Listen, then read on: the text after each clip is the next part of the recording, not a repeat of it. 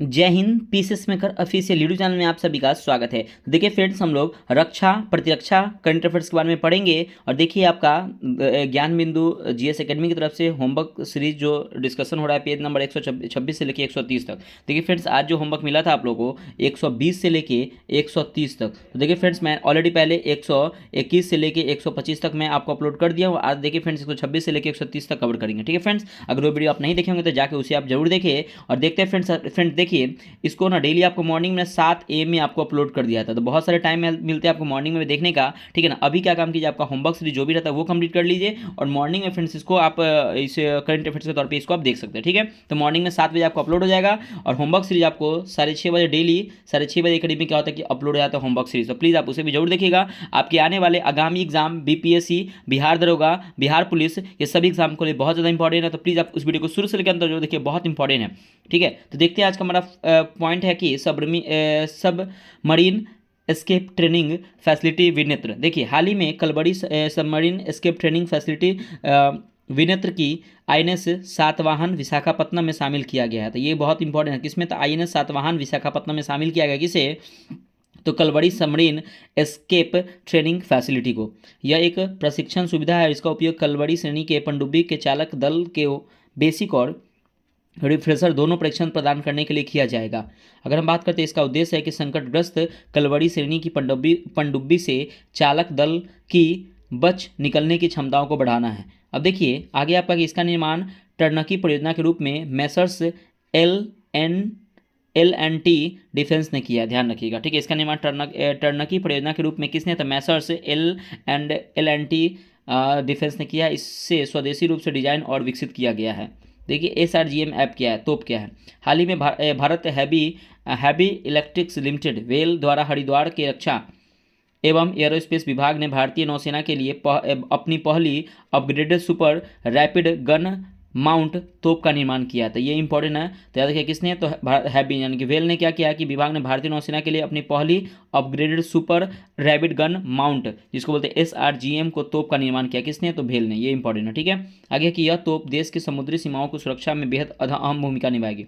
यह तोप 35 किलोमीटर के दायरे में हवा, पानी और समुद्र में विभिन्न प्रकार के लक्ष्यों को भेद सकती है।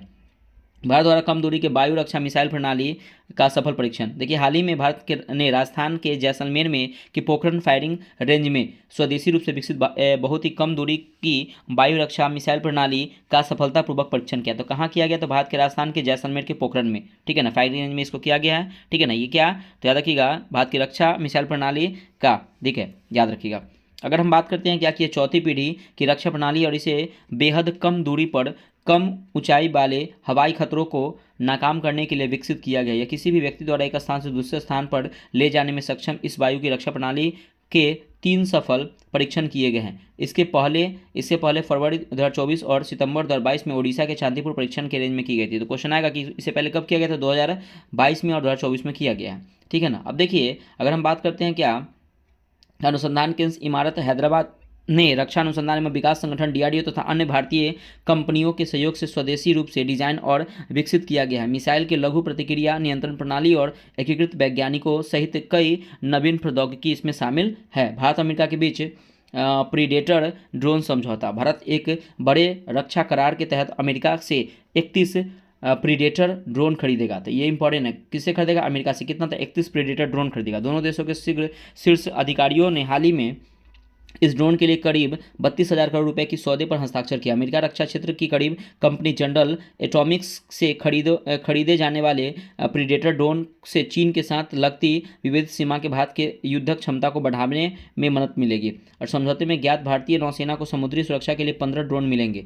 ठीक है ना, भारतीय नौसेना को 15 ड्रोन मिलेंगे और वहीं 8 ड्रोन भारतीय सेना और वायुसेना की ताकत बढ़ाएगी, जिन्हें अपनी घातक क्षमता के कारण MQ-9B हंटर किलर ड्रोन भी कहा जाता है। ध्यान रखिएगा।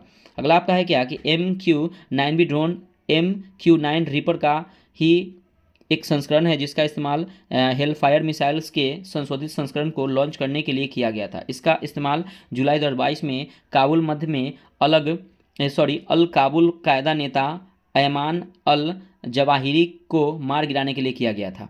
ठीक है, अब देखिए 3 सेनाओं को मिलने वाली ये गार्डियन और sky guardian drone 4 Hellfire missile और करीब 450 किलोग्राम तक का बम ले जाने में सक्षम है। ठीक है, अब देखिए MQ-9B ड्रोन लंबे समय तक उच्च ऊंचाई वाले क्षेत्रों को उड़ान भर सकते हैं। ड्रोन को की चेन्नई, तमिलनाडु, पोरबंदर, गुजरात, सरसावा और गोरखपुर में तैनाती संभव है।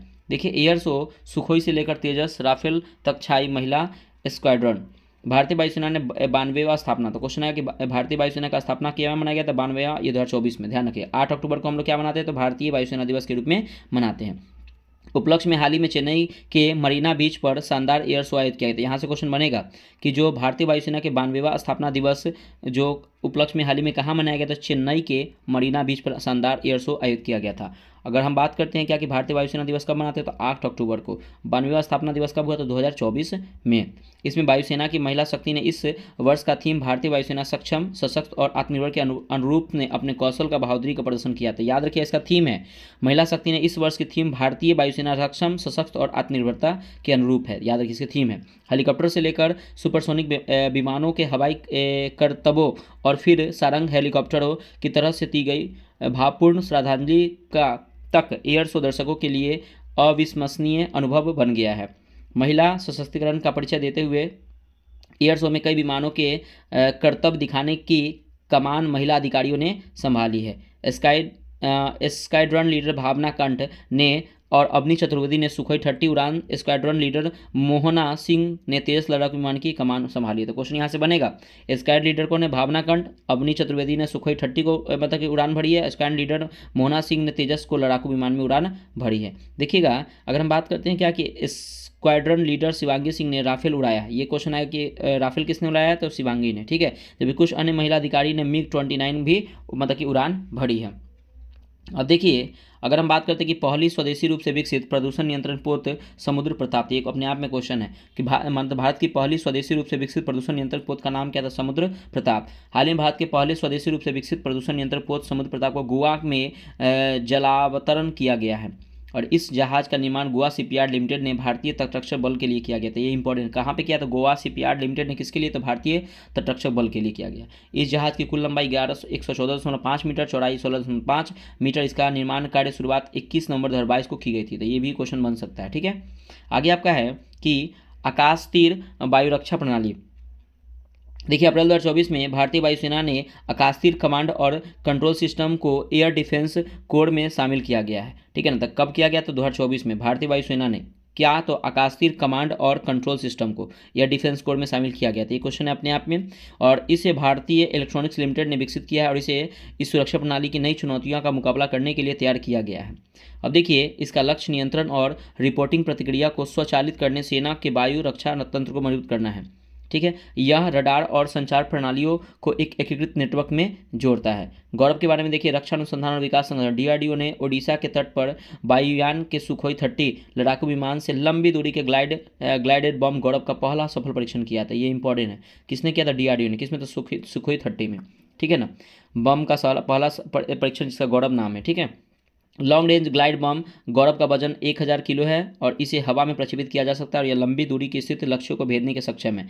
गौरव को अनुसंधान केंद्र इमारत हैदराबाद ने स्वदेशी रूप से डिजाइन और विकसित किया गया। बस को प्रक्षेपित करने के लिए हाइब्रिड नेविगेशन योजना और GPS डाटा को संयोजन के इस्तेमाल किया जाता है और इससे यह अत्यधिक सटीक निशाने के साथ लक्ष्य की ओर बढ़ता है। देखिए सोनोबॉय क्या है, तो अमेरिका ने भारत को पनडुब्बी युद्धक सामग्री सोनोबॉय को बेचने की मंजूरी की थी। कौन बेचेगा, तो अमेरिका, सोनोबॉय। ठीक है, भारत को। रक्षा मंत्री राजनाथ सिंह ने अमेरिका रक्षा मंत्री लॉयड ऑस्टिन, तो ये क्वेश्चन है कि अमेरिका के रक्षा मंत्री कौन है, तो लॉयड ऑस्टिन है। भारत के कौन है, राजनाथ सिंह ने। बीच में पेंटागन में हुई व्यापक वार्ता के बाद विदेश मंत्री एंटनी ब्लिंकन ने 443 करोड़ रुपए यानी कि 5.28 करोड़ अमेरिकी डॉलर्स के सौदे में मुहर लगाई है। इससे समुद्र में भारत की ताकत बढ़ेगी और चीन की साजिशों पर नकेल कसने में मदद मिलेगी। क्या है सोनूभाई, देखिए भारतीय अमेरिका को NSSQ-53G NSQ, ठीक है, 62F और NSSQ-36 सेनोवाय देगा। यह तकनीक अधिक ऊंचाई से लेकर कम ऊंचाई तक के अपने लक्ष्यों का पता लगाने में सक्षम है। करीब 5 इंच की मोटाई और 3 फुट की लंबाई वाले सोनोवाय के हेलीकॉप्टर का युद्धपोत से पानी में छोड़ा जाता है। यह रेडियो ट्रांसमीटर व हाइड्रोफोन के लक्ष्य का अतिशीघ्र पता लगता है और दुश्मनों की नज़र में नहीं आ पाता है। आगे देखिए हथियार प्रणाली स्कूल। देखिए जुलाई 2024 में भारतीय वायुसेना के वायु सेनाध्यक्ष एयर मार्शल चीफ विवेक राम चौधरी ने को भविष्योन्मुखी बल में बदलने के लिए हैदराबाद के बेगमपेट स्थित वायुसेना थाना में हथियार प्रणाली स्कूल का उद्घाटन किया था। किसने किया था? वायुसेना के अध्यक्ष है जिनका नाम है मार्शल विवेक राम चौधरी। ठीक है, इनका देखिए फ्रेंड्स अभी वर्तमान में भी ना एयरफोर्स के जो अध्यक्ष चेंज कर दिए गए हैं, तो एक बार देख लीजिएगा, थोड़ा सा डेटा हमको याद नहीं आ रहा है, ये 2024 के हैं, ये इनको चेंज कर दिया गया। इतना हमको पता है कि विवेक राम चौधरी को जो वायुसेना अध्यक्ष इनको चेंज करके तो कोई और बने हैं, तो एक बार देख लीजिएगा। ठीक है, और वायुसेना इसका हथियार प्रणाली स्कूल के उद्घाटन किया था। ठीक है ना, देखिए WSS का उद्देश्य है कि नवगठित शाखा के अधिकारियों को समकालीन प्रभाव आधारित प्रशिक्षण प्रदान करना है।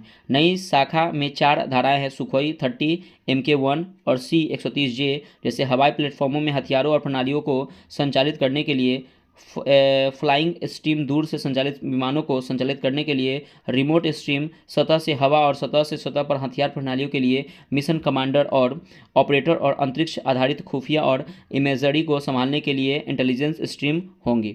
देखिए नागशस्त्र 1 क्या? जून 2024 में सेना के पहले स्वदेशी लाइटरिंग म्यूनिशन नागशस्त्र 1 आत्मघाती ड्रोन की पहली खेप मिल गई है। तो ये इंपॉर्टेंट है, ये आत्मघाती ड्रोन है नागशस्त्र 1।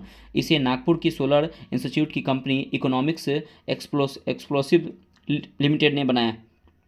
ये दुश्मन के घर में घुसकर हमला करने में सक्षम है। देखिए एयर रडार को चकमा देने में भी सक्षम है। रक्षा अधिकारी ने बताया है कि सेना ने EL के करीब 480 नास्त्र निर्माण का ठेका दिया था, जिसमें से यह कंपनी ने सेना के आयुध डिपो को 120 ड्रोन की पहली खेप सौंप दी है। नागशस्त्र दुश्मनों का काल है। इसे आत्मघाती ड्रोन इसलिए नाम दिया गया था क्योंकि यह अपने लक्ष्य वाले क्षेत्र में तब तक मंडराता है तब तक कि वह उसे खोज नहीं लेता है, और फिर लक्ष्य पर यह खुद को ब्लास्ट कर देता है। और नागशस्त्र किसी हमले को नाकाम करने में भी सक्षम है और इसे सफलतापूर्वक वापस उतारा भी जा सकता है। अब देखिए बार्ज क्या है, देखिएगा फ्रेंड्स, अगर हम बात करते हैं, देखिएगा बात करते हैं बार्ज के बारे में, सुनिएगा। तो 10 जून 2024 को महाराष्ट्र के मीरा मायंदर में स्थित विनायगा मरीन पेट्रो लिमिटेड में मिसाइल कम एम्यूनिशन बार्ज LSSM 13 यार्ड 81, जिसको बोलते हैं मिसाइल कम एम्यूनेशंस बार्ज LSAM 13, ठीक है ना, का जलावतरण किया गया है। यह 08X missile cum ammunition barge project का 5वां बार्ज है। इसे MSME shipyard Secon engineering projects private limited Visakhapatnam द्वारा विकसित किया गया है। उल्लेखनीय है कि देखिए 19 फरवरी 2021 को 08X missile less ammunition barge नौकाओं के निर्माण के लिए भारतीय रक्षा मंत्रालय एवं MSME शिपयार्ड सिकॉन के मध्य अनुबंध पर हस्ताक्षर किए गए थे। देखिए रुद्र M2 मिसाइल का सफलतापूर्वक परीक्षण 29 मई 2024 को रक्षा अनुसंधान एवं विकास संगठन DRDO ने उड़ीसा के तट पर रुद्र M2 का मिसाइल का सफलतापूर्वक परीक्षण किया। तो कहाँ किया गया है? तो याद रखिएगा ये उड़ीसा के चांदीपुर में, और रुद्र M2 किसने किया था? DRDO ने, ये ध्यान रखिएगा। और याद रखिएगा कि रुद्र M2 भारतीय वायुसेना IF के सुखोई M30 MKI प्लेटफॉर्म से हवा से सतह पर मार करने वाली एक मिसाइल है। हवा से सतह, तो ये क्वेश्चन आ सकता है कि जो आपका रुद्र M2 है वो कहाँ से मार करेगी? तो हवा से सतह पे मार करने वाली एक मिसाइल है। यह एक स्वदेशी रूप से विकसित ठोस ईंधन में चलने वाली वायु प्रक्षेपित मिसाइल प्रणाली है जो शत्रु के कई प्रकार के हथियारों को नष्ट करने के लिए हवा से सतह में मार करने में सक्षम है। भारत के पहले स्वदेशी बम वर्षक का अनावरण, देखिए मई 2024 में भारत के पहले स्वदेशी बम वर्षक UAV विमान FWD-200B का अनावरण बेंगलुरु कर्नाटक से किया गया था। ये क्वेश्चन बनेगा कि भारत के पहले स्वदेशी बम वर्षक का अनावरण कहाँ से किया गया है? तो बेंगलुरु कर्नाटक से किया गया है। ठीक है, अब देखिए यह भारतीय रक्षा और aerospace company flying wedge defence द्वारा विकसित मानव रहित हवाई वाहन सैन्य ग्रेड बम क्या है? तो बम वर्षक है। FWD-200B एक मध्यम ऊंचाई लंबे सहन शक्ति मानव रहित लड़ाकू हवाई वाहन है और इसकी लागत केवल 25 करोड़ रुपए है। इसकी पेलोड क्षमता 100 किलोग्राम, इसकी अधिकतम गति 370 किलोमीटर प्रति घंटा 200 समुद्री मील है। देखिए supersonic missile assisted release of torpedo, देखिए 1 मई 2024 को ओडिशा के समुद्री तट पर डॉक्टर APJ अब्दुल कलाम द्वीप को supersonic missile assisted release of torpedo प्रणाली का सफलतापूर्वक परीक्षण किया गया। तो क्वेश्चन आएगा कि देखिए टॉर्पीडो का सफलतापूर्वक परीक्षण कहाँ से किया गया है? तो डॉक्टर APJ अब्दुल कलाम द्वीप जो आपके उड़ीसा में यहाँ से किया गया है। ठीक है, यह एक रक्षा अनुसंधान एवं विकास DRDO द्वारा डिजाइन किया गया और विकसित स्मार्ट अगली पीढ़ी की मिसाइल आधारित हल्के वजन वाली टॉर्पीडो डिलीवरी प्रणाली है। ठीक है, उस डिलीवरी प्रणाली और इसे भारतीय नौसेना के पनडुब्बी रोधी युद्ध क्षमता को हल्के टॉर्पीडो का पारंपरिक सीमा से कहीं अधिक बढ़ाने के लिए विकसित किया गया है। आगे देखिए, Igla S man portable air defence system. देखिए अप्रैल 2024 में भारतीय सेना को एक बड़े सौदे के तहत 24 रूस निर्मित Igla S man portable air defence system और 100 मिसाइलों का पहला बैच प्राप्त हुआ है, जिससे भारत के घरेलू उत्पाद में शामिल है। और इस खरीद के उद्देश्य एक सेना की अति लघु दूरी वायु रक्षा क्षमताओं को बढ़ाना और विशेष रूप से उत्तरी सीमा से पर ऊंचे पहाड़ी इलाकों में। उल्लेखनीय है कि नवंबर 2022 में भारत के ने रूस के साथ 120 लॉन्चर और 400 मिसाइलों के लिए अनुबंध पर हस्ताक्षर किए हैं और रूस से पहले बैच डिलीवरी हो चुका था, जबकि बाकी सिस्टम रूस से प्रौद्योगिक हस्तांतरण के माध्यम से भारत में एक भारतीय कंपनी द्वारा निर्मित किए जाएंगे। तेजस मार्क 1A देखिएगा 28 मार्च 2024 को बेंगलुरु के हिंदुस्तान एरोनॉटिक्स लिमिटेड HAL केंद्र में भारत में निर्मित फाइटर जेट तेजस के उन्नत संस्करण मार्क 1A के पहले विमान का सफल परीक्षण किया गया था। ये क्वेश्चन यहाँ से बनेगा तो किसका कैसे मतलब ये जो हुआ है वो तेजस मार्क A1 जो बेंगलुरु के हिंदुस्तान एरोनॉटिक्स लिमिटेड केंद्र में भारत के निर्मित फाइटर जेट तेजस का मतलब कि मार्क 1A पहल विमान का सफल परीक्षण किया गया है। इस श्रृंखला के पहले विमान LA5033 ने 18 मिनट तक उड़ान भरी है और तेजस का पिछला संस्करण मार्क 1A पहले ही वायुसेना में शामिल किया जा चुका है। तेजस मार्क 1A मुख्य रूप से पिछले संस्करण की तुलना में कई नई तकनीकों से लैस है, जैसे में कि सक्रिय इलेक्ट्रॉनिक्स स्कैंड रडार, उसका advance beyond visual range missile, हमले से स्वयं का बचाव करने की क्षमता और इसमें हवा में ईंधन भरने की क्षमता। इससे सिंगल इंजन फाइटर जेट की बनने में मदद मिलेगी और इसमें एक उन्नत रडार चेतावनी रिसीवर प्रणाली स्थापित की गई है। इसे विमान खतरों के तुरंत पहचानने में सक्षम हो जाएगा। इसमें एक digital map generator, smart multi function display और उन्नत रेडियो अल्टीमीटर भी है। अब देखिए मिशन दिव्य शास्त्र, ये भी इंपॉर्टेंट है। 11 मार्च 2024 को रक्षा अनुसंधान एवं विकास संगठन DRDO ने multiple independently targetable re entry vehicle प्रौद्योगिकी में लैस स्वदेश विकसित अग्नि 5 मिसाइल का प्रथम सफल उड़ान परीक्षण किया। यह मिशन दिव्यशास्त्र के नाम से भी जाना जाता है। ये इंपॉर्टेंट है, क्वेश्चन आएगा कि मिशन दिव्यशास्त्र के नाम से अग्नि 5 मिसाइल को जाना जाता है। DRDO के द्वारा इसको लॉन्च किया गया है। ठीक है। अब देखिए ओडिशा के डॉक्टर APJ अब्दुल कलाम द्वीप से मिशन दिव्यशास्त्र के परीक्षण के साथ भारत में उन चुनिंदा देशों के समूह में शामिल किया गया जिसके पास MIRV क्षमता है। भारत के अलावा संयुक्त राज्य अमेरिका, यूनाइटेड किंगडम, फ्रांस, रूस और चीन के पास MIRV तकनीक है। तो भारत के पास किसके पास है? तो अमेरिका के पास, यूनाइटेड किंगडम, रूस और चीन के पास है। गणतंत्र दिवस समारोह 2024 में शामिल प्रमुख हथियार। 26 जनवरी 2024 को ठीक 75 साल पहले वर्ष 1950 में भारत में देश ने पहला गणतंत्र दिवस मनाया था। 1950 में लेकर आज तक हर साल खास मौके पर राजधानी दिल्ली में एक भव्य कार्यक्रम आयोजित किया जाता है जिसमें भारतीय सेना की ताकत का नज़ारा भी देखने को मिलता है। भारतीय सेना इस बार गणतंत्र दिवस परेड में निम्न स्वदेशी हथियारों के प्रदर्शन किया जिसमें से light compact helicopter, Prachand, Dhruv, Pinaka multi barrel rocket system, Nag anti tank missile, T-90 Bhishma tank, BMP-2 tank जैसे हथियार शामिल है। इस वर्ष गणतंत्र दिवस की थीम है विकसित भारत और भारत लोकतंत्र की मातृकता। ठीक है ना, ये ध्यान रखिए। 2024 की बात है ये। आगे आपका Pinaka rocket launcher. Pinaka multi barrel rocket launcher स्वदेश रॉकेट लॉन्चर है और ये रॉकेट लॉन्चर 44 सेकंड के भीतर 12 रॉकेट दाग सकती है। ठीक है ना, और ये इस रॉकेट लॉन्चर की डिजाइन को DRDO यानी कि रक्षा अनुसंधान एवं विकास संगठन के lab armament research and development establishment ने तैयार किया है। देखिए प्रचंड हेलीकॉप्टर, यह एक लाइट कॉम्पैक्ट हेलीकॉप्टर है जो 16,400 फीट की ऊंचाई के हथियार से लेकर उड़ सकता है। ठीक है ना, उड़ सकता है। ठीक है, आगे देखिएगा अगर हम बात करते हैं आगे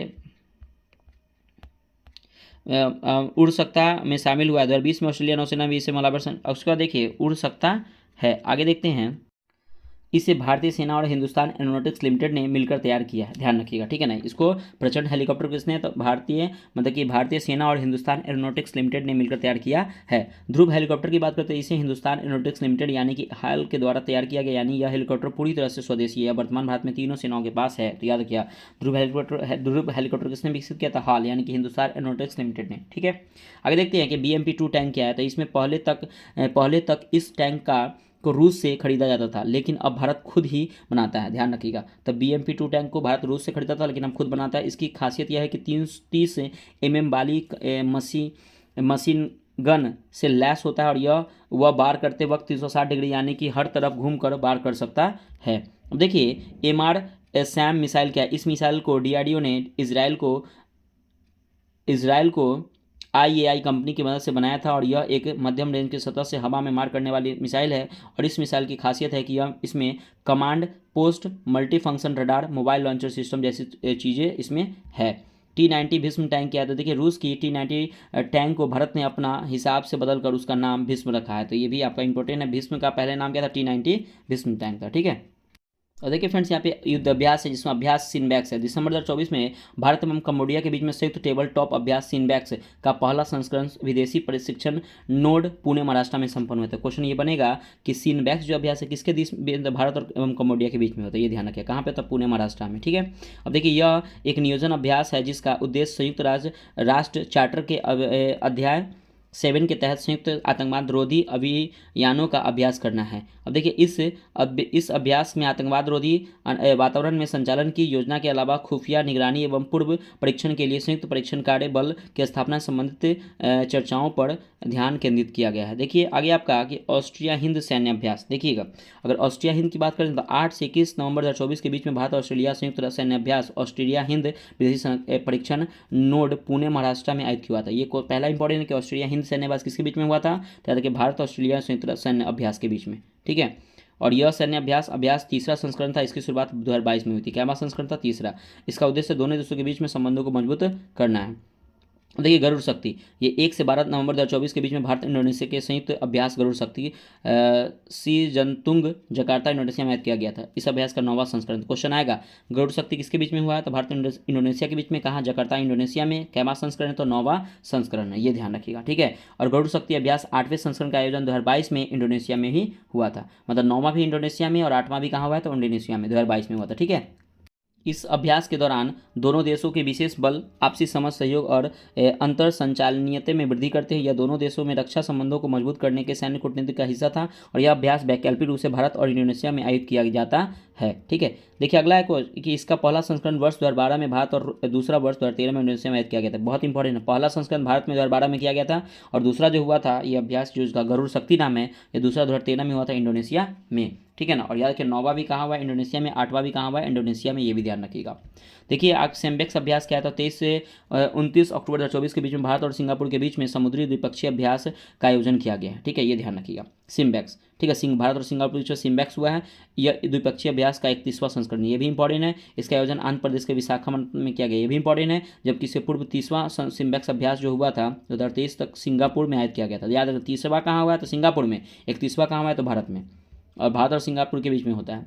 इस अभ्यास का उद्देश्य दोनों देशों के नौसेनाओं के बीच में मैत्री संबंधों को बढ़ावा देना। इसकी शुरुआत 1994 में की गई थी। याद रखिएगा कि सिनबैक्स की शुरुआत हुई थी 1994 में। भारत और सिंगापुर के बीच में होता है। नौसैनिक अभ्यास मालाबार, देखिए 8 अक्टूबर से 18 अक्टूबर 2024 के बीच में आंध्र प्रदेश के विशाखापट्टनम में मालाबार 2024 नौसैनिक अभ्यास का आयोजन किया गया, जिसमें भारत, ऑस्ट्रेलिया, जापान और अमेरिका ने इसमें भाग लिया था। भारत, ऑस्ट्रेलिया, जापान और अमेरिका ने। क्वेश्चन आता है कि मालाबार जो अभ्यास है किन देशों के बीच में होता है? Bharat, Australia, Japan, America. बहुत इंपॉर्टेंट है, ये मालाबार में हुआ था।